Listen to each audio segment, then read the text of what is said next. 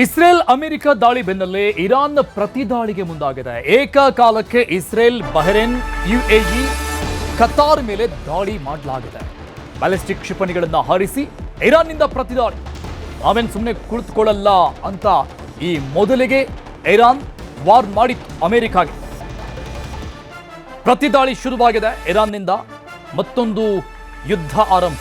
Israel America ದಾಳಿ ಬೆನ್ನಲ್ಲೇ Iran ಕೂಡ ಪ್ರತಿದಾಳಿಗೆ ಮುಂದಾಗ್ತಾ ಇದೆ. ಯುಎಇ ರಾಜಧಾನಿ ಅಬುದಾಬಿಯಲ್ಲಿ ಸ್ಫೋಟಗಳು ಕೇಳಿಬಂದಿವೆ. ಕತಾರ್ ಕ್ಷಿಪಣಿ ರಕ್ಷಣಾ ಪಡೆ ಇರಾನ್ ಕ್ಷಿಪಣಿಗಳನ್ನು ಹೊಡೆದು ಹಾಕಿದೆ. ಮೂಲಗಳ ಪ್ರಕಾರ ಇರಾನ್ ಮೇಲೆ ದಾಳಿ ಮಾಡೋಕೆ ಅಮೆರಿಕ ಅಬುದಾಬಿ, ಕತಾರ್ನ ದೋಹಾದಲ್ಲಿರುವ ವಾಯುನೆಲೆಗಳನ್ನು ಸ್ಥಾಪಿಸಿತ್ತು. ಈ ವಾಯುನೆಲೆಗಳ ಇರಾನ್ ಟಾರ್ಗೆಟ್ ಮಾಡಿ ದಾಳಿ ಮಾಡಿದೆ ಅಂತ ಹೇಳಲಾಗ್ತಾ ಇದೆ. ಇನ್ನು ಇಲ್ಲಿರುವಂತಹ ಭಾರತೀಯರಿಗೆ ಸುರಕ್ಷಿತವಾಗಿರುವಂತೆ ಎರಡು ದೇಶಗಳಲ್ಲಿ ಇಸ್ರೇಲ್ ಮತ್ತು ಇರಾನ್ ಭಾರತೀಯರಿಗೆ ಸುರಕ್ಷಿತವಾಗಿರಬೇಕು ಅನ್ನುವಂಥ ಸೂಚನೆ ಕೊಡಲಾಗಿದೆ. ಇರಾನ್ ಮೇಲೆ ಇಸ್ರೇಲ್ನಿಂದ ಬಾಂಬ್ಗಳ ಸುರಿಮಳೆ. ಇಸ್ರೇಲ್ ಮೇಲೂ ಕೂಡ ದಾಳಿಗೆ ಸಜ್ಜಾದ ಖಮೇನಿ ಆಡಳಿತ, ಖಮೇನಿ ಸರ್ಕಾರ. ನೆತನ್ಯಾಹು ದೇಶದಲ್ಲಿ ದಿಢೀರ್ ಎಮರ್ಜೆನ್ಸಿ ಘೋಷಣೆಯಾಗಿದೆ. ಇಸ್ರೇಲ್ನ ಜೆರುಸಲೆಂನಲ್ಲಿ ಎಮರ್ಜೆನ್ಸಿ ಸೈರನ್ ಮೊಳಗಿದೆ. ಯುದ್ಧ ಆರಂಭ ಆಗಿದೆ ಅಂತ ಅರ್ಥ. ಜೆರುಸಲೆಂನಲ್ಲಿ ಎಮರ್ಜೆನ್ಸಿ ಸೈರನ್. ಮನೆ ಬಿಟ್ಟು ಯಾರು ಹೊರಗೆ ಬರದಂತೆ ಜನರಿಗೆ ಇಸ್ರೇಲ್ ಸೂಚನೆಯನ್ನ ಕೊಟ್ಟಿದೆ. ಇನ್ನು ಭಾರತದಿಂದಲೂ ಕೂಡ ಅನಿವಾಸಿ ಭಾರತೀಯರಿಗೆ, ಅಲ್ಲಿರುವಂತಹ ಭಾರತೀಯರಿಗೆ ಎಚ್ಚರಿಕೆ ಸಂದೇಶವನ್ನು ರವಾನೆ ಮಾಡಲಾಗಿದೆ.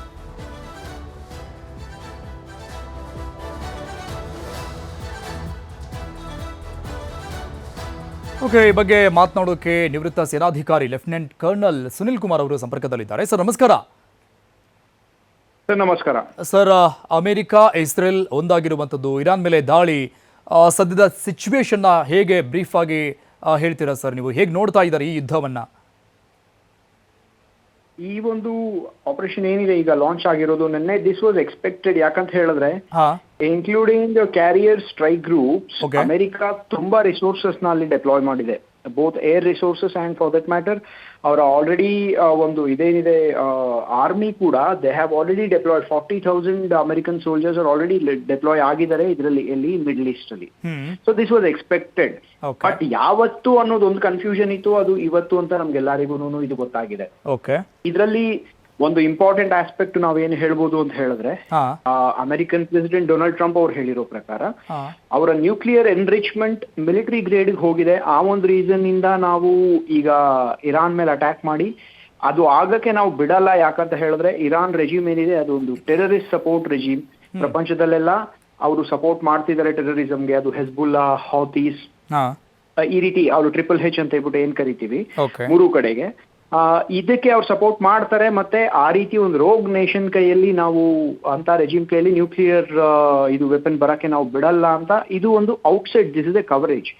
ಬಟ್ ಇಲ್ಲಿ ಒಂದು ಡಬಲ್ ಸ್ಟ್ಯಾಂಡರ್ಡ್ ಕೂಡ ನಾವು ನೋಡ್ಬೇಕಾಗತ್ತೆ. ಏನಂತ ಹೇಳಿದ್ರೆ, ಈಗ ಪಾಕಿಸ್ತಾನ್ ಕೂಡ nuclear armed terror country.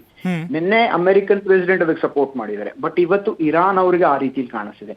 Most importantly ಇದೇನಿದೆ, this is for the regime change. ಯಾಕಂತ ಹೇಳಿದ್ರೆ ಟ್ರಂಪ್ ಇವತ್ತು ಇವರು ಇರಾನ್ ಒಂದು ಜನಗಳೇನಿದ್ದಾರೆ ಅವರಿಗೆ ಕೂಡ ಮೆಸೇಜ್ ಕೊಟ್ಟಿದ್ದಾರೆ, ನಿಮ್ಮ ರೆಜಿಮ್ ಚೇಂಜ್ ಮಾಡಕ್ಕೆ, ನಿಮ್ಮ ಒಂದು ಸರ್ವಾಧಿಕಾರಿ ಆಡಳಿತ ಅಂತ್ಯಗೊಳಿಸ್ಬೇಕು ಅಂತ ಹೇಳಿದ್ರೆ ಇದಕ್ಕಿಂತ ಒಳ್ಳೆ ಟೈಮ್ಗೆ ನಿಮ್ಗೆ ಸಿಕ್ಕಲ್ಲ.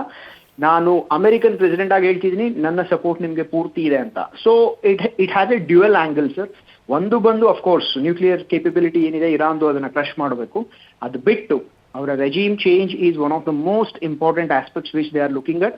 ಈಗ ಇರೋ ಖಮೇನಿನ ತೆಗೆದು ರೆಜಾ ಶಾ ಪಲ್ಲವಿ ಅಂತ ಹೇಳ್ಬಿಟ್ಟು ಅಮೆರಿಕಾಲೇ ಯಾರು ಕೂತಿದ್ದಾರೆ ವಿತ್ ಸ್ಟ್ರಾಂಗ್ ಲೆವರೇಜ್, ಆ ಒಂದು ಪಪೆಟ್ ರೆಜಿಮ್ ನ ಇರಾನ್ ಅಲ್ಲಿ ಇವರು ಕೂಡಿಸ್ಬೇಕು ಅಂತ ಹೇಳ್ಬಿಟ್ಟು ಇದು ಅಮೆರಿಕನ್ ಒಂದು ಸ್ಟ್ರಾಟಜಿ. ಇದು ಇದೇನ್ ನಡೀತಿದೆ ಎಲ್ಲಾನು ಆ ಆಪರೇಷನ್ ಅದಕ್ಕೋಸ್ಕರ ರಿಲೇಟೆಡ್ ಇದು. ಸರ್, ಈಗ ಇಸ್ರೇಲ್ಗೆ ಒಂದ್ 2-3 ದಿನಗಳ ಹಿಂದೆ ಪ್ರಧಾನಿಯವರು ಭೇಟಿ ಕೊಟ್ಟು ಬಿಯಾಂಡ್ ಆಗಿ ಎಲ್ಲವನ್ನ ಮೀರಿ ನಾವು ಇಸ್ರೇಲ್ ಜೊತೆಗೆ ಭಾರತ ನಿಂತ್ಕೊಳ್ಳುತ್ತೆ ಅಂತ ಹೇಳಿದ್ರು. ಮತ್ತೊಂದು ಕಡೆ ಅಮೆರಿಕ ಮತ್ತು ಭಾರತದ ಒಂದಿಷ್ಟು ಸದ್ಯದ ಸ್ಥಿತಿಗತಿಗಳು ಅಷ್ಟಕ್ಕಷ್ಟೇ ಅನ್ನುವಂಥ ರೀತಿಯಲ್ಲಿದೆ. ಇಸ್ರೇಲ್ ಜೊತೆಗೆ ಅಮೆರಿಕ ಒಂದಾಗಿರುವಂಥದ್ದು. ಸೊ ನಮ್ಮ ರೋಲ್ ಏನಾಗಿರುತ್ತೆ ಅಂತ? ಸರ್, ನಾವು ಒಂದು ನಮ್ಮ ಅಲಿಪ್ತ ನೀತಿ ಅಂತ ಹೇಳ್ಬಿಟ್ಟು ಏನಿದೆ, ಅಫ್ಕೋರ್ಸ್ ನಾವು ಎಲ್ಲಿ ವಾರ್ ನಡೆದ್ರು ಇವತ್ತಿನವರೆಗೂ, ಅನ್ಲೆಸ್ ನಮಗೆ ಯಾರಾದ್ರೂ ಅಟ್ಯಾಕ್ ಮಾಡಿದ್ರೆ we have the right for self defence. ನಾವು ಪಾಕಿಸ್ತಾನ ಮೇಲೆ ಏನ್ ಮಾಡಿದ್ವಿ ಮೊನ್ನೆ ಆಪರೇಷನ್ ಸಿಂಧೂರಲ್ಲಿ, that is our right to self defence, we can defend ourselves. ಅದನ್ನ ಬಿಟ್ಟು ಹೇಳಿದ್ರೆ ಅದು ರಷ್ಯಾ ಯುಕ್ರೇನ್ ವಾರ್ ಅಲ್ಲಿ ಕೂಡ, ಅದ್ ಬಿಟ್ಟು ಬೇರೆ ಇದಕ್ ಮುಂಚೆ ಏನೇನ್ ನಡೆದಿದೆ ಎಲ್ಲಾ ಗ್ಲೋಬಲ್ ಕಾನ್ಫ್ಲಿಕ್ಟ್ಸ್ ಅಲ್ಲೂ ಇಂಡಿಯನ್ ಸ್ಟ್ಯಾನ್ಸ್ ಒಂದೇ ಇರುತ್ತೆ. ಅದೇನಂತ ಹೇಳಿದ್ರೆ ಮಾತುಕತೆ ಮುಖಾಂತರ ನೀವು ಅದನ್ನ ಬಗೆಹರಿಸ್ಕೊಳ್ಳಕ್ ಪ್ರಯತ್ನ ಪಡಿ ಅಂತಿರತ್ತೆ. ಸೇಮ್ ಮೆಸೇಜ್ ಈಗ ಕೂಡ ಹೋಗುತ್ತೆ. ಯಾವತ್ತೂ ನಾವು ಆಕ್ಟಿವ್ ರೋಲ್ ಅಲ್ಲಿ ಕಾಂಬ್ಯಾಟ್ ಅಲ್ಲಿ ಎಲ್ಲೂ ಇನ್ವಾಲ್ವ್ ಆಗಲ್ಲ. ಸೊ ಅದು ನಮ್ಮ ಒಂದು ಫಾರಿನ್ ಪಾಲಿಸಿ, ಅದು that is Indian foreign doctrine. ಅದು ಅದನ್ನ ನಾವು ಸಕ್ಸಸ್ಫುಲಿ ಇವತ್ತಿನವರೆಗೂ ನಾವು ಇಂಪ್ಲಿಮೆಂಟ್ ಮಾಡಿದೀವಿ.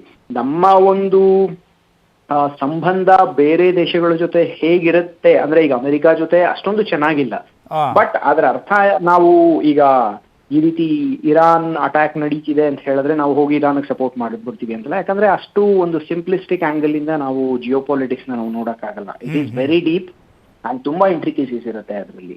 ಸೊ ಆ ಒಂದು ಆಂಗಲ್ ನ ಬಿಟ್ರೆ ಈಗ ಕೂಡ ಇಂಡಿಯಾ ಅದನ್ನೇ ಹೇಳುತ್ತೆ. ಅಂಡ್ ಅಫ್ಕೋರ್ಸ್ ನಮ್ಮ ಒಂದು ಇದೇನಿದೆ ಇವತ್ತು ಲೆವರೇಜ್, ನಮ್ಮ ಪೊಲಿಟಿಕಲ್ ಲೆವರೇಜ್ ಹೇಗಿದೆ ಗ್ಲೋಬಲಿ ಅಂತ ಹೇಳಿದ್ರೆ, ಇನ್ ಕೇಸ್ ನಮ್ಮ ಇವರು ಯಾರು ಹೇಳ್ತಾರೆ ಸಿಟಿಸನ್ಸ್ ನಾವೆಲ್ಲಿಂದ ಕಾಪಾಡ್ಕೋಬೇಕು ಅಂತ ಹೇಳಿದ್ರೆ, we are in a position where we can request both US and Iran to pass their operation so that we can evacuate them.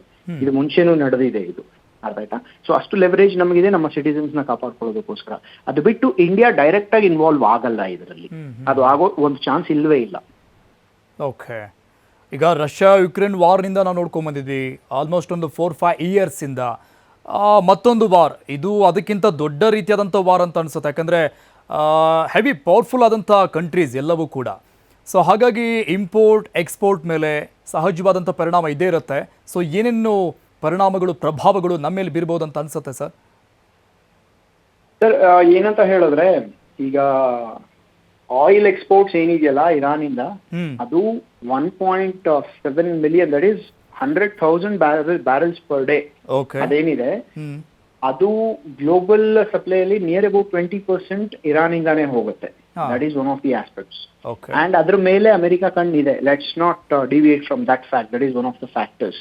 ಯಾಕಂದ್ರೆ ಈಗ ನೋಡಿ ವೆನಿಜುವೆಲಾ ಅವ್ರು ಏನ್ ಮಾಡಿದ್ರು ಅದೇನಿದೆ. ಸೊ ಎಕನಾಮಿಕ್ ಇಂಪ್ಯಾಕ್ಟ್ ಏನಿದೆ ಅದು ಹಾಗೆ ಆಗತ್ತೆ, ಆಯ್ತಾ? ಸೊ ಈಗ ಅದೇನಾದ್ರೂ ಕಡಿಮೆ ಆಯ್ತು ಅಂತ ಹೇಳಿದ್ರೆ ಆಯಿಲ್ ಎಕ್ಸ್ಪೋರ್ಟ್ಸ್, ಇರಾನ್ಗೆ ಒಂದ್ ದಿನಕ್ಕೆ $120 ಮಿಲಿಯನ್ ಪರ್ ಡೇ ಅವ್ರಿಗೆ ಲಾಸ್ ಆಗತ್ತೆ, ಆಯ್ತಾ? ಮತ್ತೆ ಮಿಸೈಲ್ ವಾರ್ ಕಾಸ್ಟ್ ಏನಿದೆ ಅದು ಕೂಡ ನಿಯರ್ ಅಬೌಟ್ $4 to $5 ಬಿಲಿಯನ್ ಏನಿದೆ ಅವ್ರು ಸ್ಪೆಂಡ್ ಮಾಡಿದ್ರು.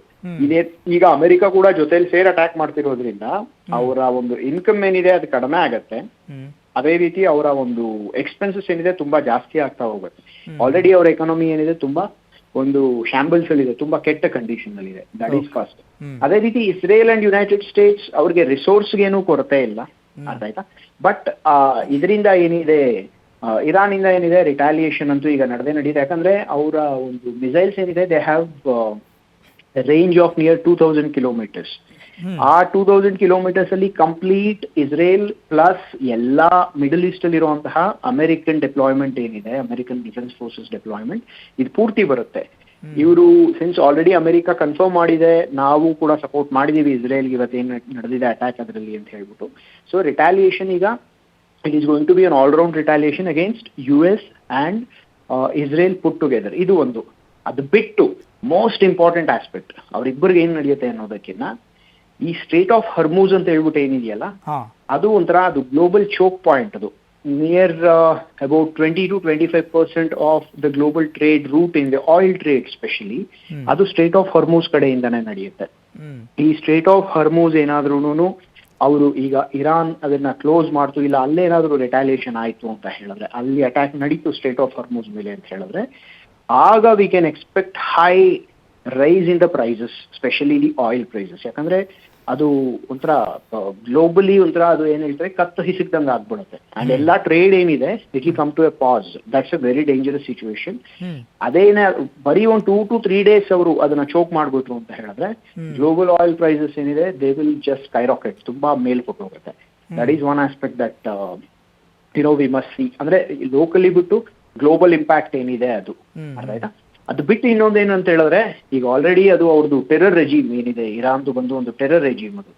ಸೊ ಅಫ್ಕೋರ್ಸ್ ಈಗ ಇವರು ಯಾರು ಹೆಜ್ಬುಲ್ಲಾಸ್ ಆಗ್ಬೋದು, ಇಲ್ಲ ಹೌತೀಸ್ ಆಗ್ಬೋದು, ಇವರೆಲ್ಲ ಯಾರಿದ್ದಾರೆ ಎಲ್ಲಾ ಕಡೆ ಆಯ್ತಾ, ಎಂಟೈರ್ ಮಿಡ್ಲ್ ಈಸ್ಟ್ ರೀಜನ್ ಅಲ್ಲಿ ಈಗ ಟೆರರ್ ಅಟ್ಯಾಕ್ಸ್ ಕೂಡ ಜಾಸ್ತಿ ಆಗುತ್ತೆ, specially on Israel and American basis. ಅವರು ಸೂಸೈಡ್ ಬಾಂಬಿಂಗ್ಸ್ ಎಲ್ಲ ಸ್ಟಾರ್ಟ್ ಮಾಡ್ತಾರೆ. ರಾಕೆಟ್ ಅಟ್ಯಾಕ್ ಈಗ ಅವರ ಇದು ಇಸ್ರೇಲ್ ಏನಿದೆ ಏರ್ ಡಿಫೆನ್ಸ್ ಸಿಸ್ಟಮ್ಸ್ ನ ಸ್ಯಾಚುರೇಟ್ ಮಾಡೋಕ್ಕೋಸ್ಕರ ಒಂದ್ ಕಡೆಯಿಂದ ಅವರು ರಾಕೆಟ್ ಅಟ್ಯಾಕ್ ಮಾಡ್ತಾರೆ, ಇನ್ನೊಂದ್ ಕಡೆಯಿಂದ ಇರಾನ್ ಇದು ಏನ್ ಹೇಳ್ತಾರೆ ಮಿಸೈಲ್ ಅಟ್ಯಾಕ್ ಮಾಡುತ್ತೆ, hypersonic missile. So it's a very critical scenario right now, and we should see how it is going to unfold. But losses ಅಂತೂ ತುಂಬಾ ಇರುತ್ತೆ, that is confirmed. Yes sir. Thank you sir, news eighteen ಜೊತೆ ಮಾತನಾಡಿದ್ದಕ್ಕೆ.